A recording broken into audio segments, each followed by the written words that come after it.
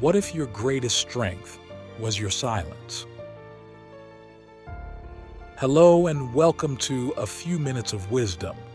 Here, we take time not to escape life, but to enter it more deeply. Today's reflection is about a quiet kind of power, one that requires no shouting, no proving, just stillness. Stillness. It's something we resist. We live in a world that rewards noise, opinions, reactions, speed. But in the ancient paths of wisdom, stillness isn't weakness. It's mastery. The Bible tells us in Exodus 14:14, "The Lord will fight for you. You need only to be still." How many battles do we lose simply because we didn't wait, didn't breathe, didn't pause? Stillness is not passivity. Stillness is choosing when, where, and if to act. It is not the absence of power. It is control over it. The philosopher Blaise Pascal once said, "All of humanity's problems stem from man's inability to sit quietly in a room alone." Think about that. He didn't say war comes from violence. He said it comes from restlessness. Our minds chase stimulation. Our egos crave validation. But in silence, there's no applause, only the echo of who we really are. And sometimes that's the scariest sound of all. Let me tell you about someone I once knew. Let's call him Daniel. Daniel was the kind of person who couldn't sit still. Not because he had too much energy, but because he couldn't face his own thoughts. He filled every moment with music, podcasts, games, noise. He said silence felt lonely, but what he was really saying was that silence made him feel. And sometimes, feeling is harder than fighting.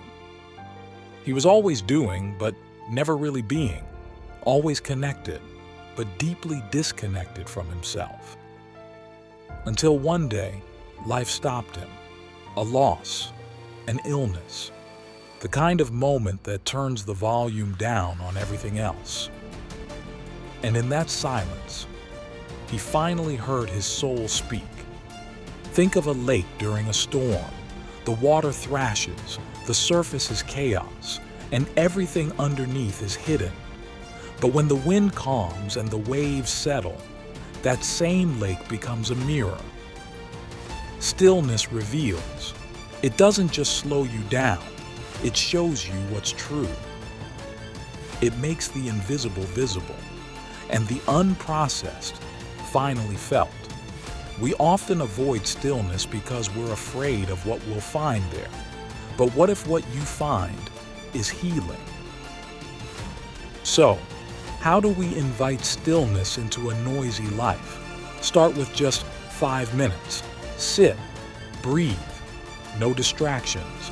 Let the discomfort come, and instead of running, observe. You might feel anxious, you might feel bored, but beneath all that, there's a still, small voice. It doesn't shout, it whispers. It's the voice of wisdom, the voice of God. There is strength in not reacting, in not texting back immediately, in not replying in anger, in not defending yourself against every insult. Stillness is strategic. It gives your heart time to catch up with your words. It gives God space to work before you interfere. The Bible doesn't say, "The Lord might fight for you." It says, "He will." You only need to be still. Let that sink in. Your job is not to fight every battle. Your job is to trust the one who sees further than you. Maybe you're in a storm right now. Maybe you're waiting for answers, for justice, for healing. And maybe you're exhausted from trying to fix it all. You don't need more pressure. You need permission to be still. Not to give up, but to give it to God. Until next time, stay soft, stay strong, stay still, and may wisdom always meet you in the quiet. If this reflection spoke to your soul, take a moment to like this video, subscribe for more gentle wisdom, and share it with someone who might be needing stillness today.